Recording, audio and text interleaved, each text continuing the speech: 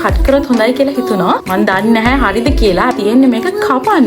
දෙපැත්ත චුට්ටක් කට් කරගන්න ඕනේ. අද හිතෙන දේවල් බලන්න ලෝෂන් එකක් ඇප්ලයි කරනවා රැට. මොනවා වෙයිද දන්නේ නැහනේ. හරිම බයයි මට. මේ ටික කැපුණා. ට්‍රිම් එකක් කරන්න ඕනේ. හරි බලමු පොඩ හાર્ට් බීට් එක නතරලා වගේ තියෙන්නේ. ඕවයි මටත් හැදෙන පිස්සු. මේ කට් කරා මම. පේනවද? මම මෙහෙම හයි ඔන්න මං හද හිතුවා සැලුන් එකට යන්නත් වෙලාවක් නැති නිසා මගේ මේ කොන්නේ ඉස්සරහින් චුට්ටක් කට් කරොත් හොඳයි කියලා හිතුණා. ඉතින් YouTube එකෙන් පොඩි වීඩියෝ එකක් බලලා මේ විදිහට කොණ්ඩේ සයිඩ්ස් කරගත්තා. මම දන්නේ නැහැ හරිද කියලා. හැබැයි මේ ෆස්ට් ටයිම් තමයි මම මේ වැඩේ කරන්න යන්නේ. මේකට මට ඕන වෙන්නේ කතුරයි 50යි. බලමු මම මේ කියලා තිබ්බ විදිහට මේ විදිහට පාර්ට්ස් කරගත්තා. දැන් තියෙන්නේ මේක කපන්න. බලමු මොනවා වෙයිද දන්නේ. හරියයි කියලා හිතලා බලමු නේද. මුලින්ම මේ ඉස්සරහ ටික විතරක් කට් කරලා බලමු මොකද වෙන්නේ කියලා. ඊට පස්සේ මට මේ දෙපැත්ත චුට්ටක් කට් කරගන්න ඕනේ. බලමු කොහොමද වෙන්නේ කියලා. කට් කරලා බලමු. මටත් හිතෙන දේවල් බලන්නකෝ.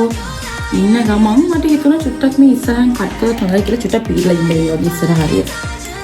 ඇත්තටම මේ දවස් ටිකක් අසනීපෙන් ඉන්නේ. ඒ නිසා දවස් කීපෙකින් නාන්නත් බැරි වුණා.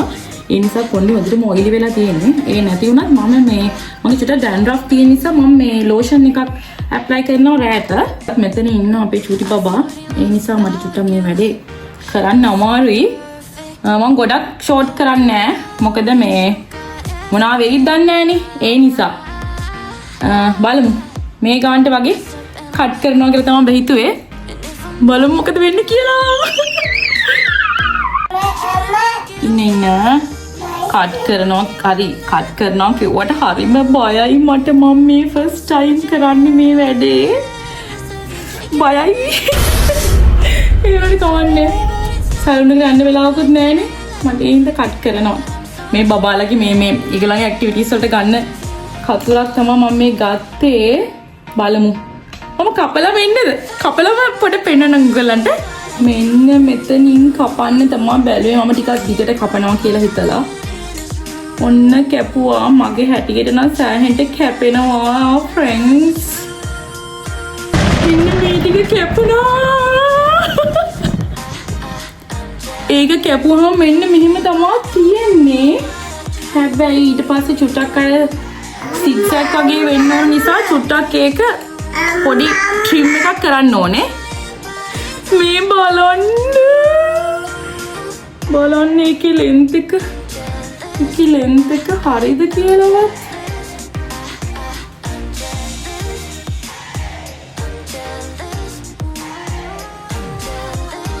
මේ හරි නේද? මේ තමයි දැම්මම තියෙන්නේ. හරි බලමු ඉතිරි ටික බලන්න මේ ටික මොකද වෙන්නේ කියලා. දැන් ඊළඟට මේ ටික මෙන්න මේ කොටස ටිකක් මෙන්න මෙහෙම ට්‍රිම් කරගන්න ඕනි කියලා තමයි තිබුණේ එකේ. චුට්ටක්.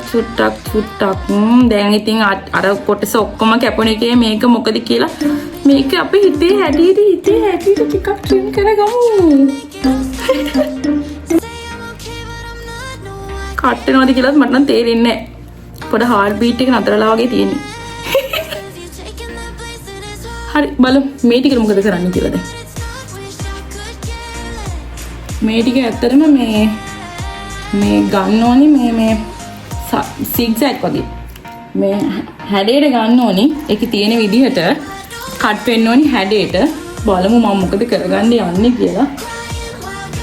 ඒකත් මම කට් කරලා ඉන්නද? මට කන්ෆිඩන්ට් වගේ આવොත් මම ඔයගලන්ට පෙන්නන්නම් ඈ. ඒකෙත් මේ ගොඩක් කට් කරන්න නම් බෑ. ඉතින් මම අල්ලගත්ත ප්‍රමාණයට මට ගොඩක් කට් වෙනවා වගේ. ඒත් ඒ ඔක්කොම නම් කට් කරන්න ලෝබයි මට. ඒත් ඒක ඩිසයින් එකක් එන්නේ නැති වෙයි දන්නේ නැහැ හැමෝනක් නේ. බලමුකෝ මොකද කරන්න කියලා. මටත් හැදෙන පිස්සු. එහෙම තමයි නේද කොච්චර අපි වයසට ගියත්. ඉතින් අපේ ආසාවල් ඒවා නැති වෙන්නේ නැහැ නේ. වයසට ගියා කියලා කිව්වට මට ගොඩක් වයස නෑ. තාම කෙල්ලෝ වගේ තමයි. බලමු. මේ වගේ vlogs ඉතින් ඕගොල්ලන්ට එක්ක share කරගන්න ඕනි කියලා මට හිතුණා. මම කරන මේ වගේ පිස්සු වැඩ නේද? ඔයගොල්ලෝ තාත්තතින් ඔයගොල්ලෝ ගෙදරින් කරලා බලන්න. මට වැඩි සක්සස් වුණොත් හොඳද? බලමු පොඩක් ඉන්න. මේ පැත්ත කට් කරා. මේ පැත්ත කට් කරා. ඔයගලන්ට පේනවද දන්නේ මේ කට් කරා මම. මේ සයිඩ් එක අනිත් සයිඩ් එක බලමු කට් කරන්න. මම සාමාන්‍යයෙන් ගොඩක්ම කොට කරෙත් නෑ. කොට කරේ නැත්තේත් නෑ. හැබැයි බලමු මේ සයිඩ් එකත් කට් කරලා. මේ මෙහෙම තමයි තියෙන්නේ කට් කරාම. හැබැයි ඒක ගානට නම් කට් වුණා වගේ. මේ මෙන්න මෙහෙම තියෙන්නේ කට් වුණාම. ඔය සයිස් එක නම් අවුලක් නෑ. ගානට කට් වුණා වගේ කියලා හිතෙනවා මට. මේ ඔයගලන්ට පේනවද මොකක් වෙනසක් පේනවද? නෑනේ අවුලක් නෑ ෂේප් නේ. ලෙන්ත් එක මට හිතෙනවා ෂේප් කියලා. අවුලක් නෑ නේද? අවුලක් තිබ්බත් දැන් කරන්න දෙයක් නෑ. වැවෙන කොණ්ඩේනේ. අවුලක් නෑ කියලා හිතෙනවා. අවුලක් නෑ කියලා හිතෙනවා. මම මේක මේ vlog එක මෙතනින් නතර කරන්නම්. මොකද හේතුව මේක හරියටම තියනවද කියලා බලන්න ඔයගලන්ට මට පෙන්වන්න පුළුවන් වෙන්නේ. මං කොච්චරම එක්සයිටඩ් ලා කියලා මම මේ පනාව සාක්කේ දාගෙන මම තව පනාව කරගෙන ඇවිල්ලා ඒකෙන් තමයි ඊට ස්පීඩුවේ. ඒක මට මතකත් නැහැ. මම හෙව්ව හැමදාම කොහෙද තිබ්බේ කියලා මට මතක නැහැ. බලන්න මේ අවුලක් නෑ නේද කියලා. මේක ඕගොල්ලන්ට මට හරියටම පෙන්වන්න බෑ. මොකද හේතුව මම දැන් දවස් කිහිපකින් අර අසනීප නිසා නාහලා නෑනේ. මට කැස්සත් එක්ක අසනීපත් එක්ක මම නාලා නැති නිසා මට ඒක හරියටම ඕගොල්ලන්ට පෙන්වන්න බෑ. කොහොමද පොනිටේල් එකක් දැම්මම තියෙන්නේ එහෙම කියලා. මේ මම ඒක ඕගොල්ලන්ට මේ හරියට කොණ්ඩේ වොෂ් කරලා ඩ්‍රයි කරලා ගානට සෙට් වුණාම මට තාම නාන්න බෑ. තව දවස් දෙකක් යනකම්ම මේ පේනවනේ ඔයගොල්ලන්ට මේ ඔයිලි හොඳටම කොණ්ඩේ. මේ මට ඒක වොෂ් කරලවත් කරනකන් ඉන්න බැරි හිතුණා. මේ මට ඒක කරන්නම හිතුණා ඇත්තටම. කට් කරලා බලන්නම හිතුණා. කොහොම හරි ඉතින් දැන් ෆයිනලි මම කට් කරා. මම මේක වොෂ් කරලා පෙන්නන්නම් මේ මොන වගේද තියෙන්නේ කියලා. බැලුවත් නම් අවුලක් නෑ. මම පොනිටේල් තමයි ගොඩක් දාන්නේ. ඒ දැම්මම මේ ටික ලස්සනට වැටලා තියෙද්දි මොනටත් හොඳයි කියලා හිතෙනවා වෙනසක් කියලා. මොකද මම ඔක්කොම ගොඩක් වෙලාට උඩට තමයි ඔක්කොම පීරන්නේ. normally මම ඔයාලා දැකලා ඇති මම ගොඩක් වෙලාවට එක්ක කොන්නේ අර මෙහෙම ගුලිය දා යනවා නැත්නම් උඩට දාලා පොනිටේල් එක දානවා. ඉතින් ඒ වගේ වෙලාවට හොඳයි කියලා හිතෙනවා. මම දැන් කොන්නේ කියන්නේ ලූස් හෙයා දාගෙන යනවනම් මෙහෙම තමයි දාගෙන යන්නේ. ඉතින් ඒ වෙලාවට වෙනසක් කියලා හිතෙනවා. මොකද මට හරිම කරදරයි මේ ලූසියා දා යන්නත් මගේ ඉස්සරහ කොටස දිග වැඩි හින්දා. ප්‍රශ්නකුත් තිබුණා. හරි. whatever දැන් වැඩේ කරලා ඉවරයි. දැන් කොහොමරි කට් කරලා ඉවරයි. මේ හිටි ගමන් හිතෙන පිස්සු. දෙනානි ගෙදර ඉන්න පිටි. හරි. වොෂ් කරලා පෙන්නන්න. මම හිතනවා වැඩි යම්තාක් දුරකට ඕමනික සක්සස් වුණා කියලා. මොන දේ වුණත් තමන් මොකක් හරි කරත් ඒක ගැන සැටිස්ෆයි වෙන්නත් ඕනනේ. නැති වුණත් හොඳයි. හරි. එහෙනම් මෙතනින් වීඩියෝ එක මම එන්ඩ් කරනවා. තව වීඩියෝ ක්ලිප් එකක් ගේන්න. එයා එක වොෂ් කරලා කොහොමද කියලා.